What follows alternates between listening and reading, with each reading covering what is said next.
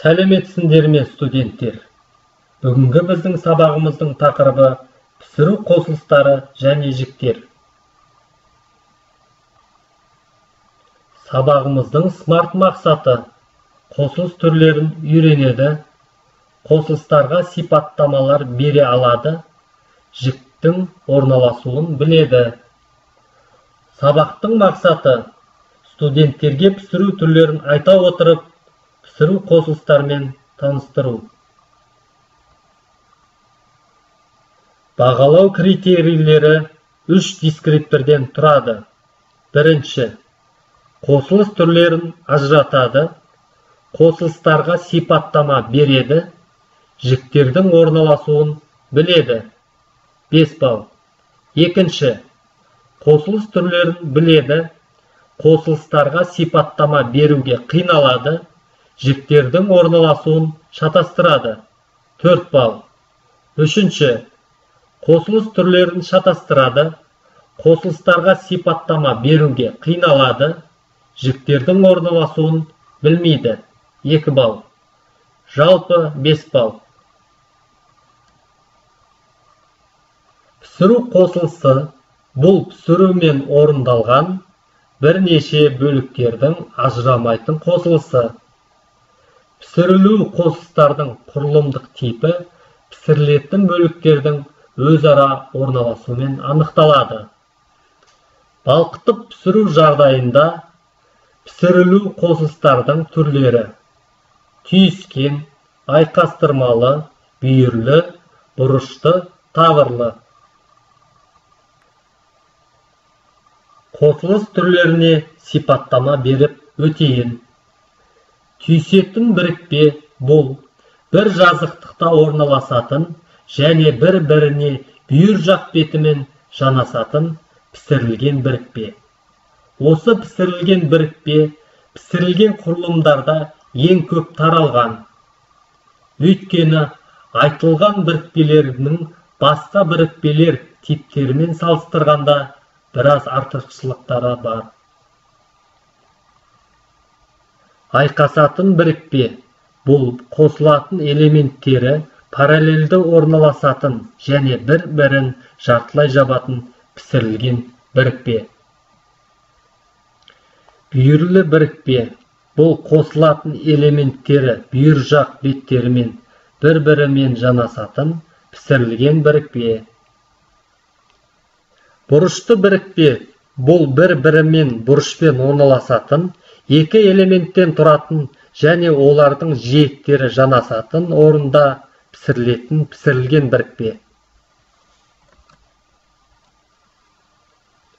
Таврлы бірікпе бұл қосылатын бір элементтің бет жағына бұрышпен екінші элементті жанастырып, екінші элемент біріншіге бүйірімен пісірілетін пісірілген бірікпе.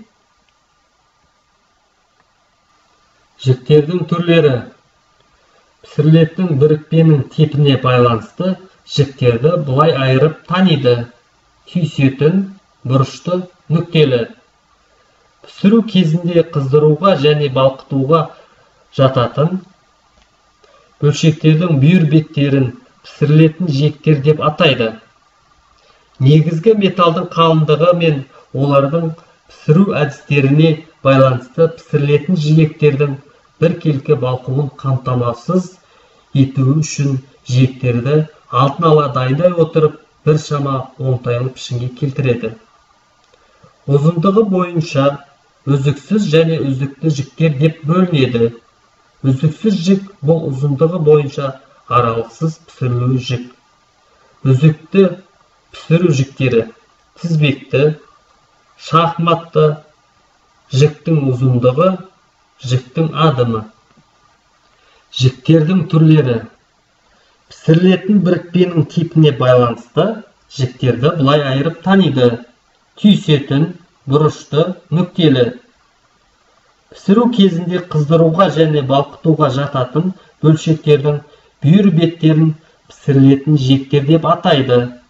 Негізгі металдың қалыңдығы мен оларды пісіру әдістеріне байланысты пісірілетін жиектердің біркелкі балқуын қамтамасыз ету үшін жиектерді алдын ала дайындай отырып, біршама оңтайлы пішінге келтіреді. Ұзындығы бойынша үзіксіз және үзікті жіктер деп бөлінеді. Үзіксіз жік – бұл ұзындығы бойынша аралықсыз пісірулі жік. Үзікті пісіру жіктері тізбекті, шахматты, жіктің ұзындығы, жіктің адымы. Қабаттардың саны бойынша пісірілген жіктер: бір қабатты, көп қабатты. Қабат пісірілген жік металының бөлігі болып саналады. Осы қабат жіктің көлденең қимасында бір деңгейде орналасқан бір немесе бірнеше белдіктен тұрады. Белдік – бұл бір өтімде балқытып қаптастырылған немесе қайта балқытылған металл жігі. Пісірілген жіктің беттік жағынан ең алыс арақашықтықта орналасқан жіктің бөлімін жік түбірі деп атайды. Орындау түрі бойынша жіктерді былай бөледі: бір жақты жіктер және екі жақты жіктер. Кейінірек пісірген кезде аса күйдіруді болдырмас үшін орындалатын немесе жіктің түбірінің жоғары сапасын қамтамасыз ету үшін осы түбірге ең соңында жапсыратын екі жақты жіктің бөлімін пісіріңкіреу жігі деп атайды. Құрылымында жіктің орналасуына байланысты пісіруді әртүрлі кеңістік жайында орындайды. Осы жайлардың негізгісі болып мыналар саналады: төменгі, көлденең, тік, төбелік.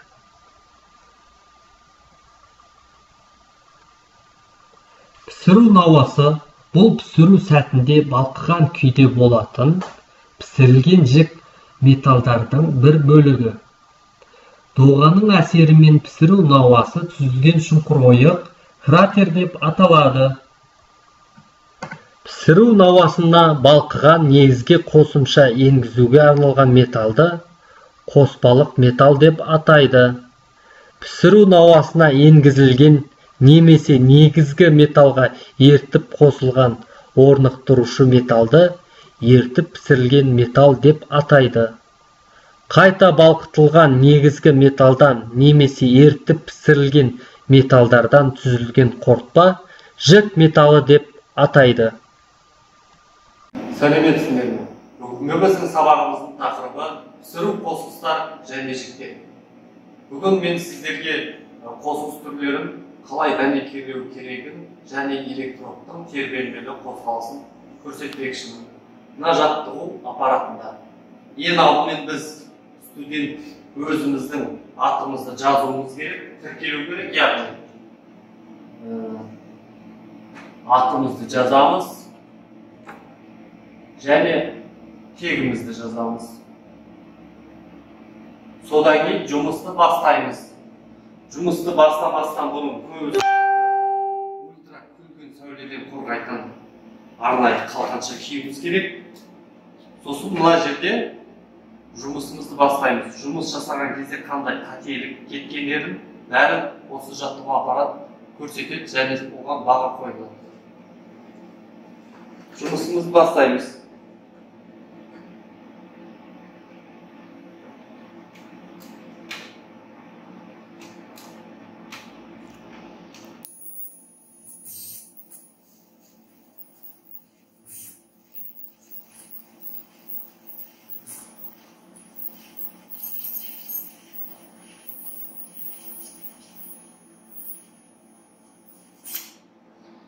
Мен бұл жерде электродтың тербелмелі қозғалысын жарты ай тәрізді және спираль тәрізді жүргізіп көрсеттім. Көрсеңіздер болады.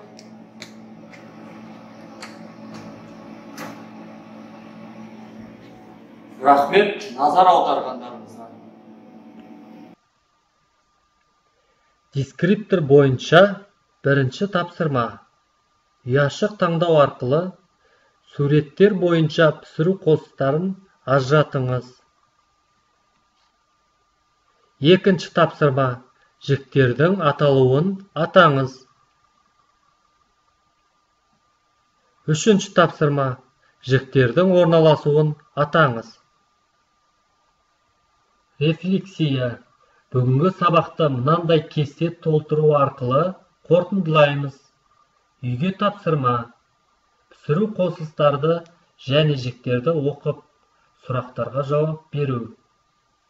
Бүгінгі үй тапсырманы және рефлексияны Платон платформасында күтемін. Назар аударғандарыңызға рахмет. Сау болыңыздар.